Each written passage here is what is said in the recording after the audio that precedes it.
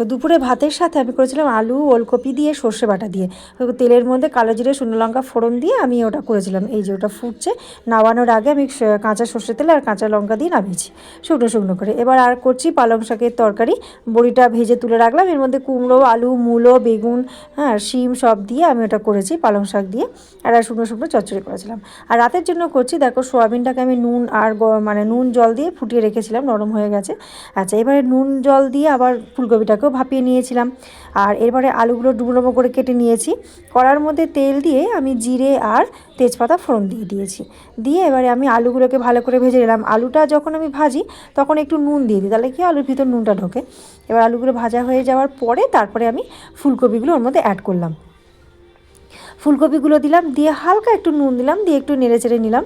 নেওয়ার পরে সোয়াবিনগুলো দিয়ে দিলাম। এবার হলুদ দিয়ে দিয়েছি, হলুদ আর ওই একটা টমেটো বাটা করেছিলাম সেটা দিয়ে দিয়েছি।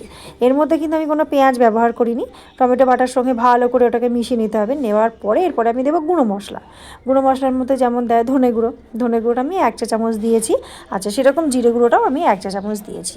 সব দিয়ে এবার গুঁড়ো মশলার সঙ্গেও ভালো করে একদম মিশিয়ে নিতে হবে। মিশিয়ে নেওয়ার পরে ভালো করে সোয়াবিন, আলু, ফুলকপি ভালো করে একদম কষিয়ে নিতে হবে। কষানো যত হবে তত তো তরকারির টেস্ট হয়।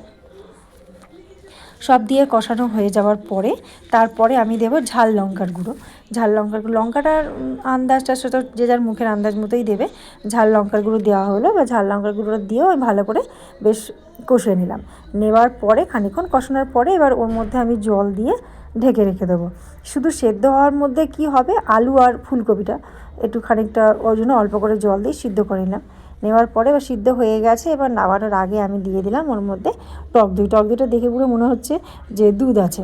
টক দইটাকে মিক্সিতে ফেটিয়ে নিয়েছিলাম, নিয়ে এবার নামানোর আগে ভালো করে আঁচটা কম রাখতে হবে, দিয়ে ভালো করে ওর মধ্যে মিশিলাম। একটু ফুটে উঠলেই তারপরে আমি ঘরে একটা গুঁড়ো মশলা বানিয়ে রেখেছিলাম, সেই গুঁড়ো মশলাটা আমি এবারে ওর মধ্যে দিয়ে দেবো।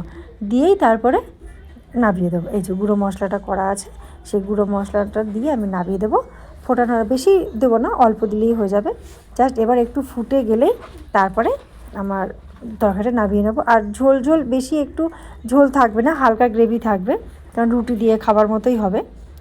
এখন একটু ফোটেনি, ফুটে গেলেই তারপর নামিয়ে নেবো। ব্যাস হয়ে গেছে আমার তরকারি, থালায় ঢেলে নিয়েছি। কমপ্লিট হয়ে গেছে রাতের রুটি দিয়ে খাওয়ার জন্য আলু ফুলকপি সয়াবিন। তো রাত্রে বাচ্চাগুলোকে সব খেতে দিয়ে দিয়েছি। আমি বলছি কেমন হয়েছে বল এবার। কেমন হয়েছে? টেস্টি হয়েছে। এই যে আপনিও খেয়ে বলবেন কেমন হয়েছে। খাও। তো তোমরাও আমাকে কমেন্ট করে জানিও কেমন হয়েছে। আজকের মতন টাটা, বাই বাই।